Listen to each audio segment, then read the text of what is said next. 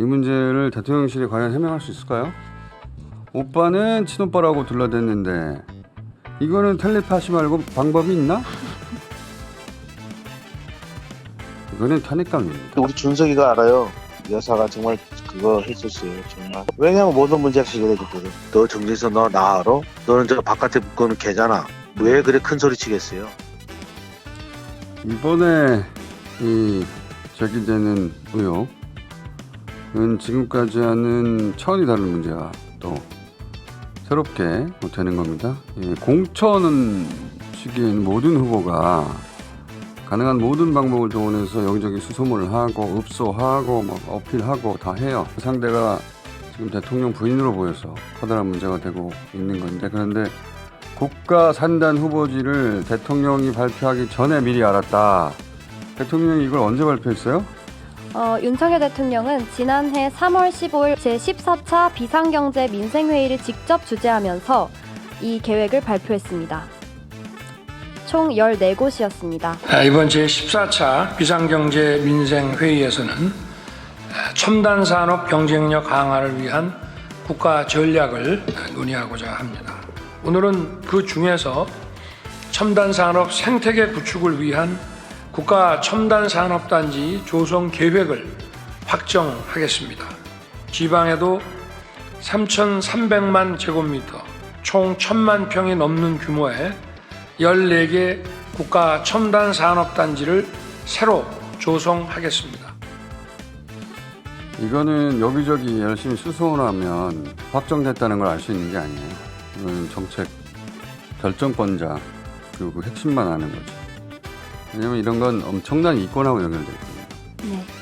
여기에 공사도 엄청나게 크게 벌어지고 관련 업체 입지도 연결돼서 이권이 어마어마한데 이걸 철저히 비밀로 한단 말이죠. 이걸 안 그러면 미리 부동산 사놓을 거 아니에요, 사람들이. 네, 맞습니다. 각종 이권을 챙길 거 아닙니까? 그럼 영태균 씨 혼자 이걸 어떻게 압니까? 더군다나 이 창원 의창은 김영선 전 의원의 지역구가 있는 곳이죠. 그러니까 의혹이 제기될 수밖에 없는 거예요. 네. 혹시 창원이 선정된 그 자체부터 명태균 씨가 관여가 있는 건가? 그리고 그걸 미리 안 것도 그래서인가? 국정 결정 과정에 명태균 씨가 어떤 식으로든 관여가 있다면은 이건 공천하고는 완전히 다른 차원의 문제가 됩니다. 네. 최순실 씨가 박근혜 정권을 무너뜨리게 만든 국정농단의 영역에 들어가는 거예요. 어떻게 알고 있었는지 공개된 녹취에 따르면 전날 명태균 씨가 강혜경 씨에게 전화를 걸었다는 거죠. 네, 2023년 3월 14일 오후 3시 51분에 명태균 씨가 강혜경 씨에게 전화를 겁니다. 본부장님, 여보세요? 저 전화 좋은데 네, 그 두 사람 원희룡 장관하고 나온 거 있죠? 네. 그건 좀 확대를 해야지. 땡겨가지고. 네, 너무 알겠습니다. 작잖아. 네네. 사람이 안 보이잖아요, 효수가. 알겠습니다. 자, 이 대화를 보면은 이 통화 이전에 이미 만들어뒀어요. 네. 지금 공개된 거는 3월 14일인데 이게 3월 14일 날 준비가 된 건지. 자, 지금 그때 만든 현수막 좀 봅시다. 예. 이거를 미리 만들어 둔 거예요. 네, 이 그렇습니다. 통화는 3월 14일이지만 자, 다 좋은데 다 좋다는 건 이미 만들어져 있고 그걸 보고 네, 지금 검수하는 그렇습니다. 거잖아요. 네. 사진을 좀 더 확대하자. 이런 식의 통화는 하루 전인데 이틀 전에 만들었는지 3일 전에 만들었는지 알 수가 없습니다. 저 현수막은 저렇게 해서 이제 걸린 것이고요. 네, 맞습니다. 그리고 또 다음 날 통화가 있어요? 네, 다음 날인 3월 15일 오전 9시 16분 아직 대통령 주재회의가 열리기 40분 전에 다시 명태균 씨는 강혜경 씨에게 전화를 겁니다. 그 10시에 네, 대통령 주재 회의에서 보고할 거거든. 네, 그 인터넷 방송에 중계를 할 거예요. 네네네. 그러니까 10시 반이나 이렇게 되면 그러니까 11시에 다 걸어야 돼. 현수막하고 포토 자료를. 자, 이거 발표된 직후에 이렇게 저렇게 해야 된다 이 말인 것이고 네. 이건 주재회의에서 발표될 걸 알고 있었다는 거죠. 직전 40분 전에 얘기했다는 거니까. 네, 근데 또 맞습니다. 전화를 하죠. 네, 이후 26분 뒤인 오전 9시 42분에 다시 한번 지시를 내리는데 이때는 보도자료를 두고 내용의 첨삭을 지시하고 구체적인 문안까지 언급을 합니다. 저하고 봅시다. 네, 여기 맨 앞에 타이틀 있죠. 네네네. 타이틀에 창원시 의창구 북면 네, 창원 제2국가 3단 네, 예. 여기 보면 이렇게 해주세요. 창원 의창구 북면 네. 방위 원자력 융합 네. 국가 단단 2.0 후보지 선정 쾌거 이렇게 돼 있잖아요. 네네네. 그거를 네. 창원 의창구 북면 네. 창원 제2 국가 3단이라는 말을 넣고 네. 넣어줬으면 좋겠어. 그 다음에 그 방위산업 원자력 국가 3단 2.0 후보지 선정 쾌거. 네. 그 국가 3단 2.0 필요 있나? 제2국가산단 들어가면 국가산단 2.0 필요 없을 것 같습니다. 네, 빼. 네. 알겠습니다. 그 다음에 김영선 의원 창원시 원팀 되어 일군 갑진 성과물 해놓고 네네. 그 다음에 국회의원 51명 건의문 있죠? 네. 거기에 김영선 의원을 넣어요. 네. 김영선 의원 네. 국회의원 51명 건의문 받아. 네. 자, 이건 이제 보도자료를 본인이 1차 작성된 거를 문구를 수정하는 내용이에요. 네. 실제 이렇게 수정된 대로 보도자료가 나왔습니까? 네, 그렇습니다.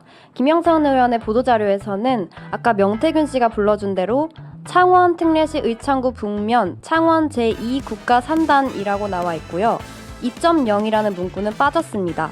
그리고 국회의원 51명의 건의문 앞에 김영선 의원이라는 문구가 들어갑니다. 그대로 된 거예요.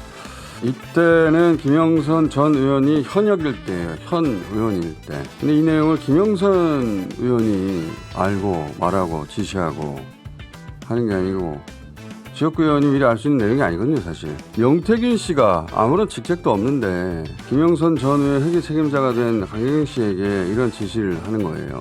이 문제를 대통령실에 과연 해명할 수 있을까요? 오빠는 친오빠라고 둘러댔는데 이거는 텔레파시 말고 방법이 있나? 만약 선정 과정에서 대통령 부인 김건희 씨와 문자나 통화나 통해서 명태균 씨와 이 문제에 대해 이야기를 나눈 정황이 사전에 일부라도 나온다면 이거는 탄핵감입니다. 핵폭탄이에요. 명태균 씨는 어제도 몇 가지 발언을 쏟아냈는데 명태균 씨는 JTBC와의 인터뷰를 통해 카톡 캐첩소의 오빠가 대통령이잖아 라고 이야기를 했습니다. 이건 좀 진짜 대통령이에요? 맞아. 니 같은 오빠한테 그러니. 소리도 봐. 대통령이잖아, 대통령. 이거는 내가 나중에 대통령 나는 걸 공적으로 내가 보여줄게.